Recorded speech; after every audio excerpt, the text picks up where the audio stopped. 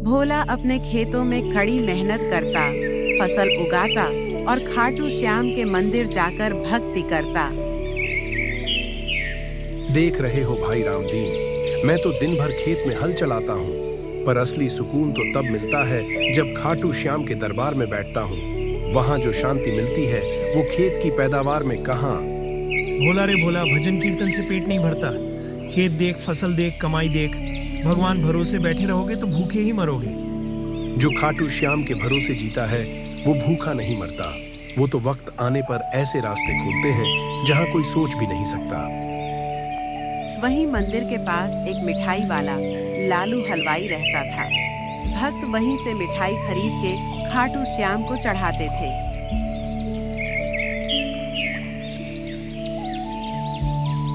आओ भोला भैया, आज खाटू श्याम के लिए कौन सी मिठाई दूं? ये वाली ताजी मिठाई है, पर थोड़ी महंगी पड़ेगी, और ये थोड़ी पुरानी है, लेकिन सस्ती है। बताओ भोला, कौन सी मिठाई दूं? भगवान के भोग में सस्ता महंगा नहीं देखा जाता लालू, उसमें सच्चाई देखी जाती है। मेरे खाटू श्याम को बासी मिठाई नहीं दूंगा। भले जेब खाली हो जाए, पर भक्ति में कमी नहीं होनी चाहिए। अरे भाई, भगवान तो भावना देखते हैं ना। मिठाई बासी हो या ताजी, फर्क थोड़ी पड़ता है। और फिर मैं जो मिठाई बनाता हूँ वो तो खुद खाटू श्याम भी छक लें। एक दिन भोला लालू की दुकान पर मिठाई खरीदने जा रहा था। तभी उसने लालू को खुद से बड़बड़ाते हुए देखा। ये खाटू श्याम के भक्त भी कितने मूर्ख हैं। उन्हें क्या पता, मैं उन्हें मिठाई के नए डब्बे में हर बार बासी मिठाई भरकर देता हूँ और पैसा ताजी मिठाई जितना लेता हूँ। इन मूर्खों को पता भी नहीं चलता।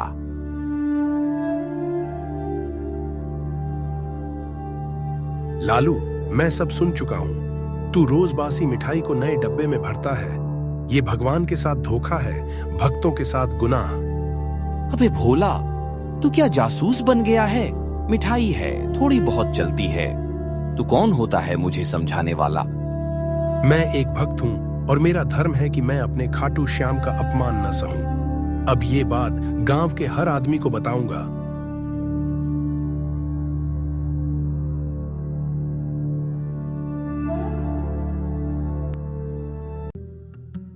भोला गांव वालों को लालू के काली हरकतों को बताता है।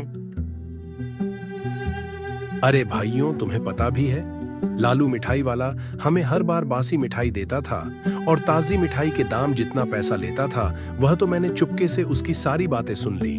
नहीं तो हम गांव वालों को ठगते रहता। ये बात हमें सरपंच को बतानी होगी। लालू को सबक सिखाना होगा।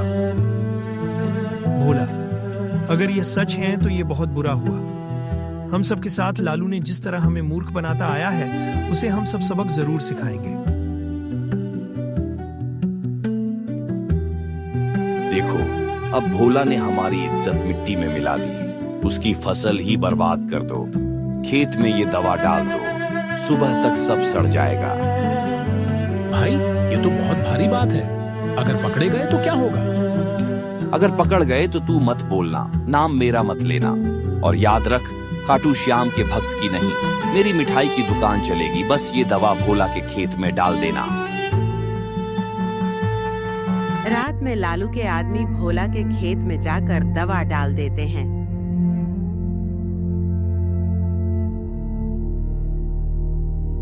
सुबह भोला अपने खेतों में जाता है तो देखता है उसकी फसल पूरी तरह जल चुकी है।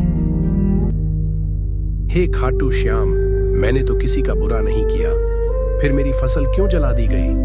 अब तो घर में अनाज नहीं है, बीज बोने को भी कुछ नहीं बचा। हे मेरे श्याम, अगर मेरी भक्ति सच्ची है तो अब आप ही रास्ता दिखाइए। भोला उदास होकर घर लौट आता है। तभी अचानक उसे नींद आ जाती है।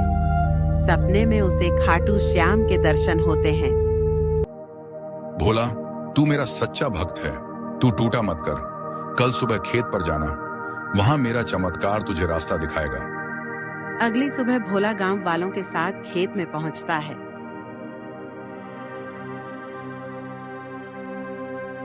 भोला, ये क्या है?